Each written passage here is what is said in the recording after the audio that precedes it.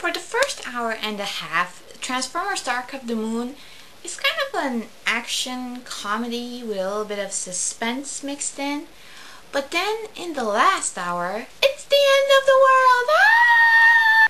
In Chicago. So what Transformers Free manages to do is to concentrate most of the hardcore, mind-blowing action in the last hour of the movie. Now, I personally like this because it helped me avoid that feeling of numbness that I had when I was watching the last Transformers movie, the second Revenge of the Fallen, where in the middle of the movie I just really stopped caring about all the action and all the things blowing up and all the fights with lots of moving parts that were happening in front of me. So with Transformers Free, I had the choice of enjoying the movie in its final part, and therefore I left the movie theater thinking this was probably a much better movie than it actually was. It also allowed me to appreciate what it is that Michael Bay does. Up until this movie, I just thought he was a scam. He didn't really have any real talent except blowing stuff up.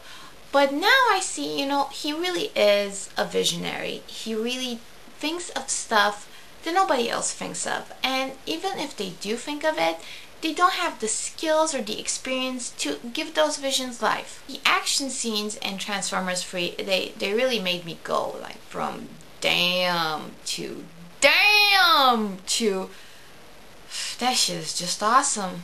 I really like the interplay between fight sequences that involve robots against robots and fight sequences between humans and robots, because those are two different kinds of action sequences, and you really got to see each Transformer and his own personal style of fighting, as well as humans working together, using strategy, using tactics, in order to bring down an opponent that's much larger and much more physically imposing than a human being.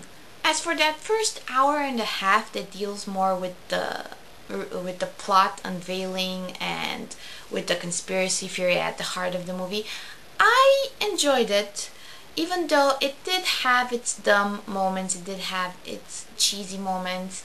Some of the most insanely stupid elements in the story take place whenever Patrick Dempsey's character opens his mouth, because Patrick Dempsey unfortunately has the task of delivering some of the dumbest exposition since Jeff Bridges made his ISO's speech in Tron Legacy. But I really like the idea of building up to something, I really like the idea of unveiling this conspiracy and taking things gradually, I like that.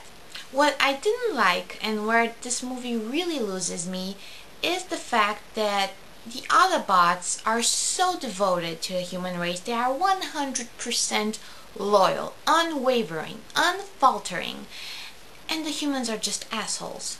The Autobots, gave the humans technology, and on top of that, they fight the humans' wars. They fight terrorists and communists and whatnot, and while Decepticons are still on the planet, so obviously Autobots could find better things to do with their time, but the humans are making them run their errands for them, and at the first sign of trouble, the humans turn their back on them. And what does Optimus Prime do in this situation? He goes, "Oh well, I guess we fucked up, but never stop believing in yourselves." No, Optimus Prime, you didn't fuck up. The humans are just assholes. And don't think that the main character, Sam Witwicky, is any different, because first of all, he spends the first half hour complaining that he doesn't have a job, although he has an uber hot girlfriend, has a place to stay in a poor economy, has rich parents, and on top of that, he's so self-entitled, he's such a pompous ass, and he treats Bumblebee so terrible.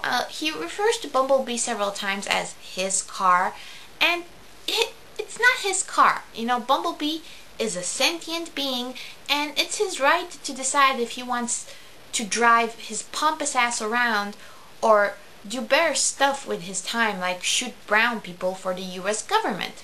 So in conclusion, The story is decent, the action sequences are amazing, and they are worth the trip, but every movie in the franchise, just the human characters have gotten progressively worse, and it's gotten to the point for me where I cannot reasonably believe that intelligent sentient beings would ever bow down to these selfish, stupid jerks.